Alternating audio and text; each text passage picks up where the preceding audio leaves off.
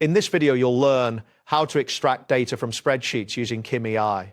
By following the steps outlined in this guide, you will be able to upload your spreadsheet and retrieve the necessary information effortlessly. Start by navigating to the Kimi AI website. You can do this by entering the URL in your web browser's address bar. Once the page loads, ensure that you are on the Kimi AI homepage where you will see various features and options available for use. Next, locate the prompt section on the interface. This is typically found prominently on the homepage. Once you identify it, click on the prompt area to proceed.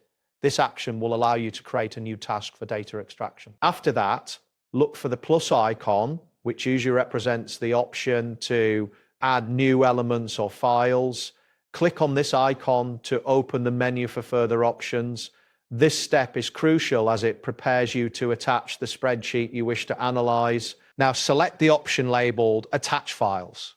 This will open a file dialog window on your computer. Make sure to choose the correct file format that Kimi AI supports, such as Excel or CSV. Before proceeding, check the file size, as larger files may take longer to upload depending on your internet speed. Once you've chosen the appropriate file, click on the Open button in the file dialog.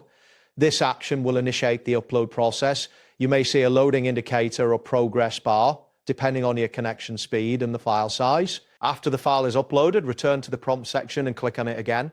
This will allow Kimi AI to recognize the file you just attached and prepare it for data extraction. Ensure that the correct file is selected before moving forward. Now you could extract data from the spreadsheet. Kimi AI will analyze the content and retrieve the necessary information based on your request. This process may take a moment, so be patient as the system processes your file. Finally, wait for Kimi AI to generate the results. You will receive a notification or see the data displayed on the screen once the extraction is complete.